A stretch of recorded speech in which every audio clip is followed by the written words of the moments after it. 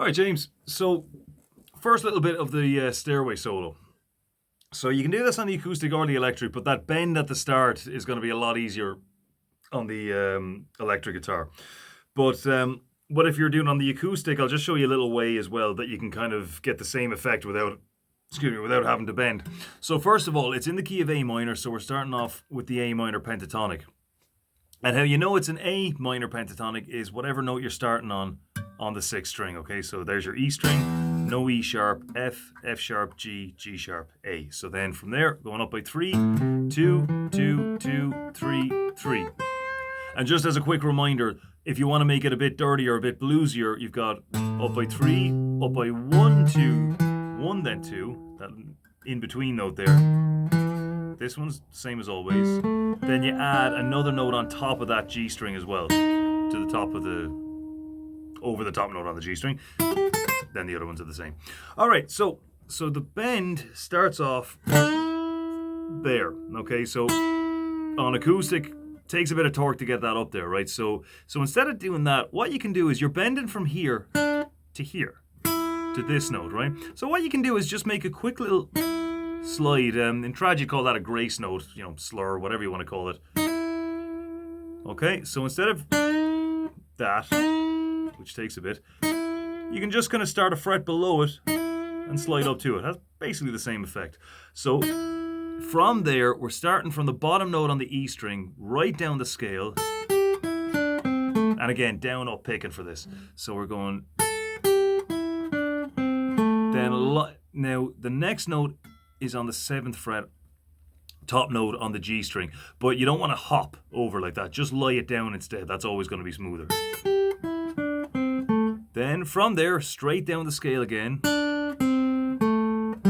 But then you land above that top note on the A string. So that's not in the pentatonic. It is in the natural minor scale, which is a very important scale as well, but that's where he's ending. Now, the reason he ends there is because that note coincides, that's an F note there, and it coincides with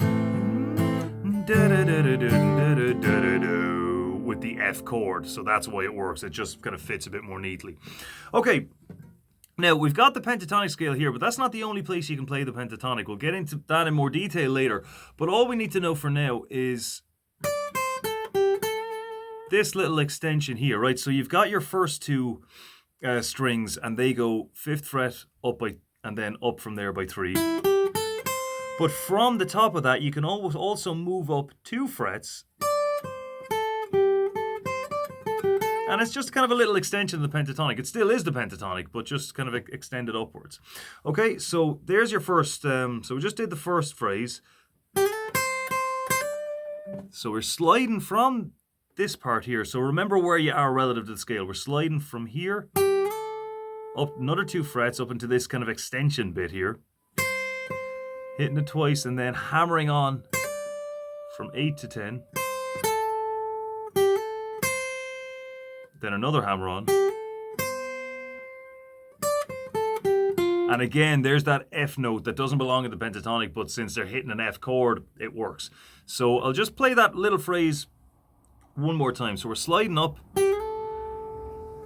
8 to 10 on the B string, 8, 8 on the E string, hammer on to the 10th, back down to the 8th, 10th on the B string, hammer back up from 8 to 10 on the B string, 8 on the E string, top 10th fret on the E string, pull back down to 8, 10, 8 on the B string, 10 on the G string, which is our F note, and then hammer back on again. So I know that was just a big series, so I'm just going to play it slowly and you can take it in your own time.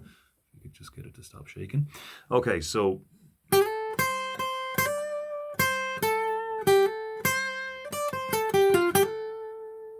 one more.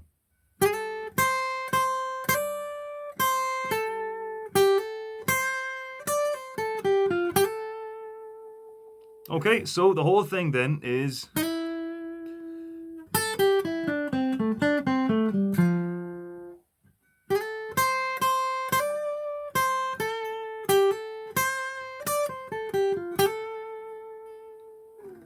And the reason this is important as well is because these, they basically wrote, songs like this, not exclusively Led Zeppelin by any stretch, or Jimmy Page, but songs like this kind of wrote the book on how that kind of soloing is done. Just those little runs and those, sliding up.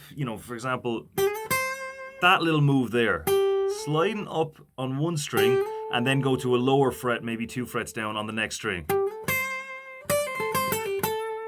That's just so quintessentially rock and roll when it comes to soloing.